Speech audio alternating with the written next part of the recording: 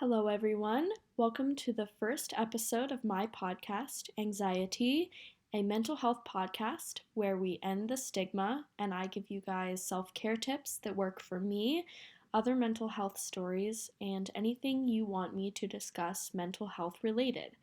Today, we are going to start this off by talking about my mental health journey. But first, here is a disclaimer that I am not a mental health professional in any way. I am just a mental health advocate living my life one day at a time. I am also going to mention that this podcast may include sensitive topics, so here is the warning. If this does not sound like the podcast for you, you are free to leave whenever. So, as we all come across the holiday stress in these unknown times of life, let's grab our tea, take a sip in of some self love, and exhale the stresses of life.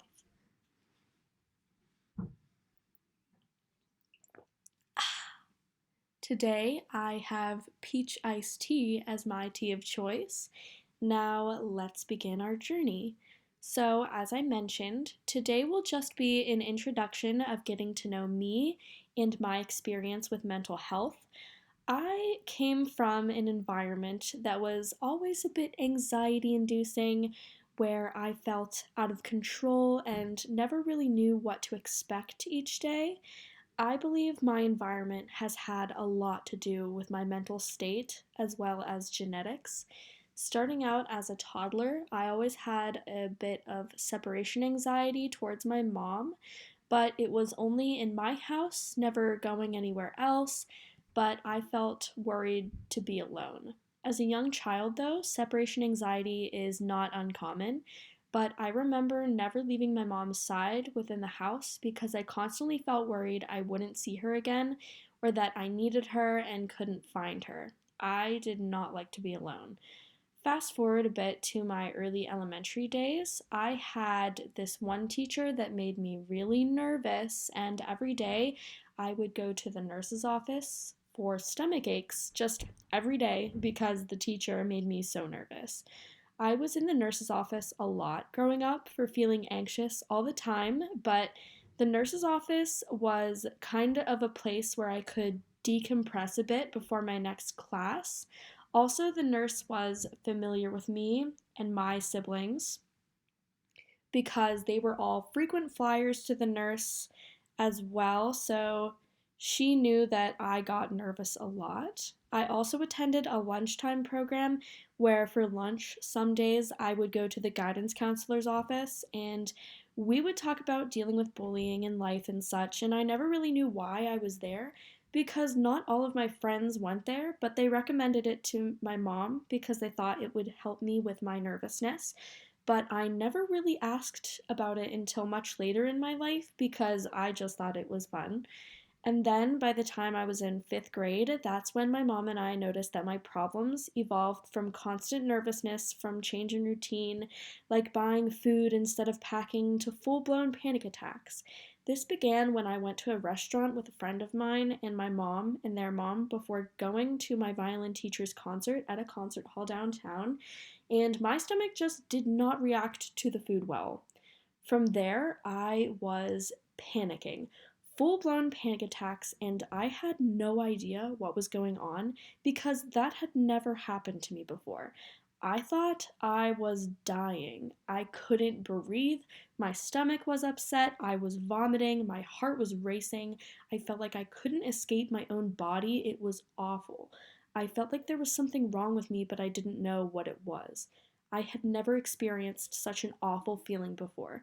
Ever since then, I could not eat at restaurants without feeling so anxious I would panic again and throw up. So it got to a point I couldn't eat out anywhere and I couldn't eat certain foods and I would only eat at my house. I eventually went to therapy that year and it helped for a while, but my mom did not want to try medication with me, so I only used some basic therapy techniques such as deep breathing. That helped for the most part, but it still bothers me to this day. Some days I can eat at restaurants, and sometimes I feel too anxious, and sometimes I feel nervous to leave the house, and I'm 21 now. I did not stay with that therapist because she was not the best therapist for me, but this affected me all throughout my life, even now, as I said, and I wouldn't eat at school. And then in middle school, people would make fun of me and tell me I was anorexic and too skinny, which is nothing to make fun of at all. And a majority of those people were supposed to be friends of mine.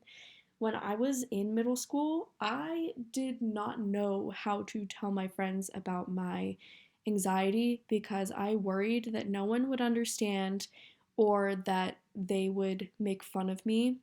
At this point, I didn't realize that it was nothing to be ashamed of. I did not know of anyone at that time that had similar experience as I did, so I felt alone and thought it wasn't something people were supposed to talk about, especially since I felt so nervous of panicking or worrying people in public. During this time in middle school, I was also bullied severely. People would public humiliate me, tell me how much they hated me, and how annoying I was for being social, and then eventually I just stopped being social. And at that point, eventually, people were okay with me again and didn't bully me as severely. And that is really sad. It made me dread going to school every day. And now I'm more social with people and friends I'm more comfortable with, or whenever I'm in a group of people with friends that I am comfortable with. In classes, I'm very antisocial and I do not talk very much. And that is why. And then right before high school, I had to go to therapy again because I was so anxious to start high school, but I wasn't there for long because they kept giving me no techniques and constantly switched therapists on me. I even had a therapist there mention that I was crazy, so that did not go well. It is really important for those dealing with mental illness to know that they are not crazy and that they are not alone. I went through high school anxious, but realized it was okay because the media always made high school sound scary, but it was really not. I remember at that point, I was the most scared of being shoved into lockers. That never happened. My anxiety really got in the way of my life, though, and hindered my communication skills all throughout my high school experience. To help with my anxiety, my doctor prescribed me a take as needed anxiety medication and recommended that I go to therapy again, but I did not have good experiences with any of my previous therapists, so my mom was hesitant to pay the money. I did not start taking the medication until college when the anxiety got unbearable because I did not want to rely on medication to cope. The first time I took it was also not a very nice moment, and I took it because of a very anxiety inducing situation. Whenever I took it, it kind of scared me to take the medication again. It knocked me out for several hours, and all I did was sleep, and I felt very loopy for 2 days. Little did I know I had a sensitivity to medication, so my doctor recommended I only take half. Also, it did not help that a lot of my relationships in high school were very, very toxic, even my friendships. But I was with this one guy for 3 years, and any anxious thoughts I had, he would get very angry with me and blame my situations and problems on me.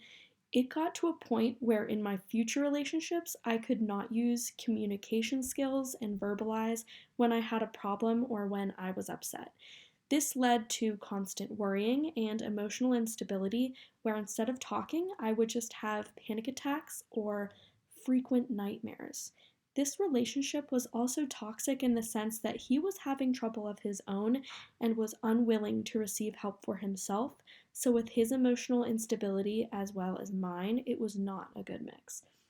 This relationship also interfered with my work getting done and focus in class, as I had constant worry and attacks for his safety when he was feeling off on some days. Fast forward to college, and I was still this way, where everyone even questioned and doubted whether I could make it through college or become a teacher because I felt anxious when I experienced change, and also I was very antisocial. I did not talk much. Talking made me anxious. Meeting new people made me anxious. I did not like change, but I knew that it was necessary for my growth as an individual, and I want to become a teacher, so I knew that it was necessary for me to experience this growth and change in order to be a teacher and be who I wanted to be. I was able to get settled into the dorm life quite well on my own, and eventually I gained some independence. I felt less scared to be on my own and be away from home and my mom. That being said, college was a very difficult change for me though, but it was well worth it and I did get through it. I am now in my senior year. I eventually needed to go to counseling at my college and joined a meditation group because I was having trouble dealing with my workload and stress, and I was feeling very anxious within my program, especially since I did not feel welcomed within college. I was feeling alone, I was quiet. People would send me anonymous, hateful messages on social media, and it really put a toll on me. I tried putting myself out there again, tried to be more social, and then it just got to a point where people would send me hateful messages and again say that I was annoying and how annoying I was. And I wanted to help and wanted to be a better me, so I wanted to help myself. I wanted school to feel less anxiety inducing. The counseling helped for a little bit, but it was inconsistent and I needed something way more consistent. I also really wanted to get the help for me and for my future relationships, especially since around this point I just started a new relationship where he was unfamiliar with anxiety. I wanted to be an untoxic person for him and myself so I could work on my communication skills and reactions. I also wanted to better myself for my future career in teaching while also showing my authenticity as a person. I was just tired of feeling this way every day. I talked to my doctor, and she recommended that I take an SSRI along with the take as needed medication that I was already taking, which I started taking every day at one point. So that's why they recommended that I just start an SSRI. Um, yeah, this was another reason why my doctor recommended that I take it because I was feeling panic anxiety nearly every day. Eventually, after taking it, I felt numb and not scared of anything, and I felt like I did not care. I didn't know that this wasn't normal because I had never tried an SSRI before. After getting my dose increased by my doctor, I started feeling paranoid and honestly terrified all the time. My sleep schedule was messed up too, where I started going to bed earlier and earlier. I just was not me. I didn't feel like myself at all. My friends were all worried about me, and I was not acting like myself. I eventually ended up in the hospital from an episode I had and was recommended to a behavioral health center where I could get proper treatment. There, I created a safety plan and was able to meet with a psychiatrist and therapist after being put on a wait list. Originally, the wait list was very long, which is a whole different problem, but because I had a hospital slip from there, I was able to make it in sooner. I finally got diagnosed with generalized anxiety disorder and got put on a different medication, along with a new take as needed medication, and sought therapy where I learned many coping mechanisms and learned how to communicate better and learn why I feel the way I feel sometimes. Everything was going well until I realized the medication I was on made me gain 1 pound a week and I could not drop the weight. I gained over 20 pounds and had to switch medications yet again. This next medication works fine and I'm currently on it. I feel normal and have maintained my same weight. I have learned how to cope better with my panic attacks and everyday anxieties. Even though it is a daily struggle still, I can cope with it better and have increased my communication skills for the better. Therapy is still currently helping me understand myself and my trauma a little bit better and how to rewire my brain a bit. Music and singing have also always been great creative outlets for me to relax and feel better. It also helps that I have great supportive friends and a supportive fiance. Most of my coping skills that I had growing up and advice came from my friends. I am also so lucky that my fiance takes the time to pay attention to my mental health needs and has taken the time to research and listen to me about what it's like to experience anxiety. He also ensures I am doing what I can to help myself and stay on track. He is genuinely interested in how to best help me and make sure I am calm and stress free, as I tend to have copious amounts of stress with my heavy workload and difficult program. It's still a learning process for both of us, but we work on our struggles together. I could not have gotten to where I am today without the encouragement and support that I've gotten from the people I surround myself with. I make sure to practice self care every day, which we will get into in further videos. I also make sure to surround myself with supportive people and spend time with them and be there for others as well. My journey is just one reason why I decided to create this podcast, to show awareness and that there is nothing to be ashamed of. We all have our problems, and remember, it is always okay to ask for help. I hope this podcast inspires you and makes you feel less alone. So, let's take another sip in of our tea to conclude our first journey together, and remember, you are not alone.